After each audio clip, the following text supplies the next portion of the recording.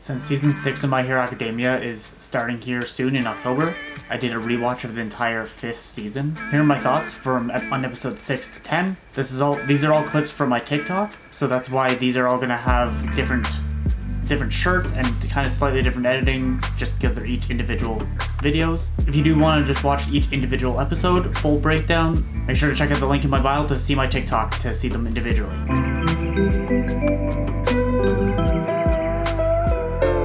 My first thought was that the recap was a little bit long. They didn't need to show the recap of the first battle between Class 1A and B.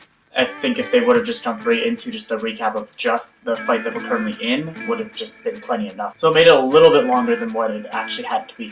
What I actually kind of liked about this episode was the fact that because the previous episode they established the kind of like contrast between I guess the two kind of main characters on each side, and made it actually kind of like made you really unsure who was going to win this fight between Class 1A and 1B, and it was really actually close. It made it seem like Class B was going to win automatically, then Class A had a good comeback, and then Class B did a good comeback, and then A did a comeback. It was a good back and forth between like who is going to win this one. Because a lot of the times in anime, like the main kind of characters just kind of like win all the time no matter what. I definitely have my favorite part of this episode though, is when Tokiyomi's saving Ayama, and he actually uses his hero name of Can't Stop Twinkling.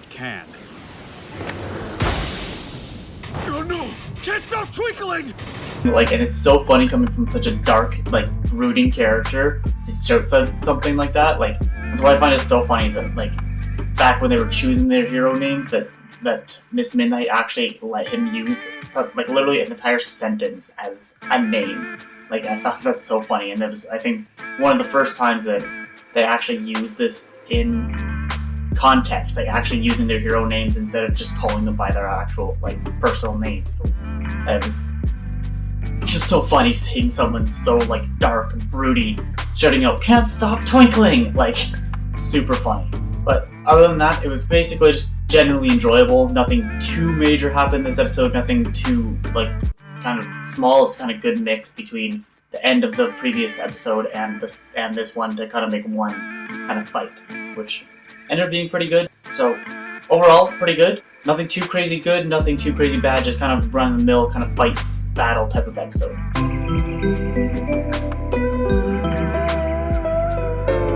Here are my thoughts on this episode. Found it kind of a good kind of in-between kind of type of episode. What I mean by that is that it was a good kind of like relaxing, kind of chill episode, and still energetic and interesting kind of fight scene type of episode. Because as Vlad, the teacher from Class 1B, even stated, good time to take a bit of a break. So in this break that the students were kind of taking, goes through and shows us, the audience, what is kind of going around throughout the city. So we get a little bit more of a kind of what's kind of going on type of thing, so which is pretty cool. So goes back into Endeavor's healed, back on trying fighting again already. So it's only been like a day and he's already back, which is really impressive. It shows that he's growing as a person a little bit too, because compared to Season 1 Endeavor, that people liked him, like thanked him as a hero, but still were kind of a little scared of him as well.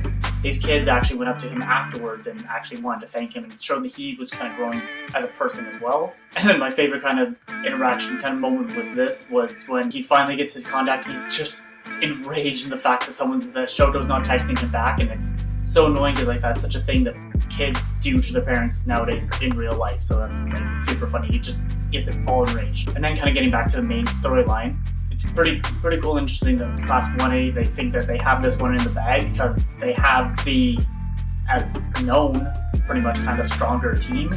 And even like Tetsu even kind of points out that they have no scouts or anything. So actually his plan of making Class 1A go to them actually ended up being pretty smart for their situation, since they had no way of kind of searching for it. Fine, bring them all here. And this kind of introduction of to what the fight is going to be like leaning into makes it look, actually, even though Class 1A was more of the powerhouse and like shoo-in to win this one, Class B is actually doing pretty good. And then we start again, just like the previous episode, we start seeing how other characters are developing new skills. We show Tenya's ability and how he's actually learning, taking on the Ingenium role. So it's actually quite good on how he's learning from his brother and his family and actually honor his brother's name of Ingenium he showed off his new move, just like in the previous fight, like Tokiomi did as well. But just kind of like the previous fight, this one is getting split into kind of 2 episodes. So I guess we'll find out who actually wins this fight in the next episode.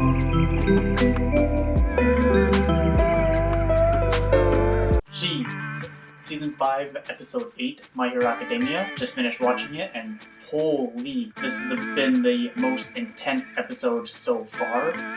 Like, the previous episode kind of setting up the back and forth anticipation between Class 1A and B, not knowing which one was going to win.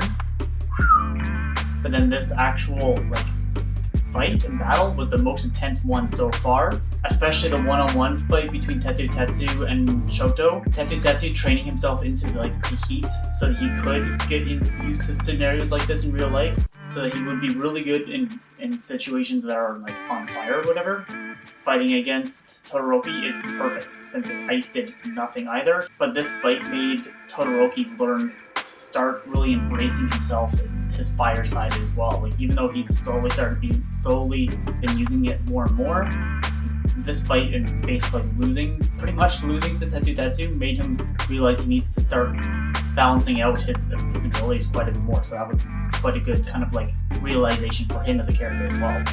And then we even see Ida learning and growing and getting even faster and faster as well. So just like kind of any other like speedster like character, he ends up trying to push past his limit to get even faster and faster. Granted, he's still supremely slow compared to most other like fictional speedsters, but he's still getting a lot faster. He's still faster than basically any other character in the show. I really liked actually even someone that doesn't really get mentioned very much, very kind of low end in the class, it was Ojiro. Ojiro's fight was pretty intense too. And actually his ability of like thinking on speed, once he got captured in like the mud, getting out of it worked actually quite well. So even though again he ended up losing his fight, he learned and we kind of got more abilities from his as well. So even lower end characters that aren't major players in the show are still kind of learning and growing. So this was pretty intense as well. I like how like narratively, since there's 5 fights to make it kind of like interesting for us, I guess they made it Class A 1-1, Class B 1-1. So now this one it's a draw. The next one is either going to be a win, or like a win and a draw. So like it's because of this one, because it's the odd number, they kind of the showrunners or the manga whoever, they kind of made it in this way to make it like a draw, so that it ends up being unpredictable of where the final one's kind of end up going. But yeah, overall, episode 8 was like so far probably my favorite episode, the best one so far, the most intense one, and the biggest kind of like holy shit moments kind of. So episode 8 was quite good. Let's keep going.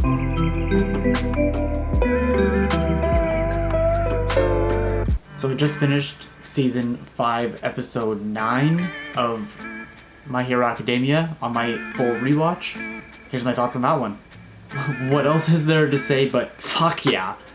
If you're a fan of Bakugo like I am, his pure just get shit done attitude just shows off so well in this episode, and him actually growing as an individual, as a person. He's not a complete singular asshole. He actually is looking out for people, though I think the main reason he was actually helping his teammates and making sure they didn't lose anything is because of his own determination, but still, he needs to be number 1, that's his way of doing it. So like, the fight between 1A and 1B in this episode seemed off that B might win by confusing Jiro with her sound and everything, and having Sero on Class 1A, like Sero probably like the weakest of the entire class for powers, or anyway, weird character, Sero's weird. But having Class 1B team, other than Bakugo, probably being more advanced, better fighters than the rest of A, yeah, made it seem like B was gonna win. But then, as we know Bakugo, holy shit, he's determined to do something, he's gonna get it done.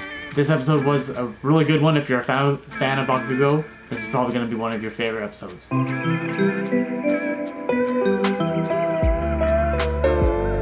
First of all, wow, this episode seemed like, when watching it, it seemed like it was longer than the average length of every other episode. Like, it seemed more like, it felt like it was going into more like a movie style. It goes into, like, starting off with showing off more of One for All, and where he is and what's kind of happened to him is like, holy shit. and then kind of going into and finally getting more detail and explaining what the visions Deku has been seeing actually were, what they actually are. And then after finding out what this kind of essentially is, goes into the Class 1A versus Class 1B fight and starts off as usual, kind of back and forth, not sure where it's going, and then holy shit, Deku's freaking arm explodes. Like, what the fuck was going on there? Like, I noticed how even like Deku knew something wasn't going right and how he was able to, like, how he didn't even know how to deal with what was going on.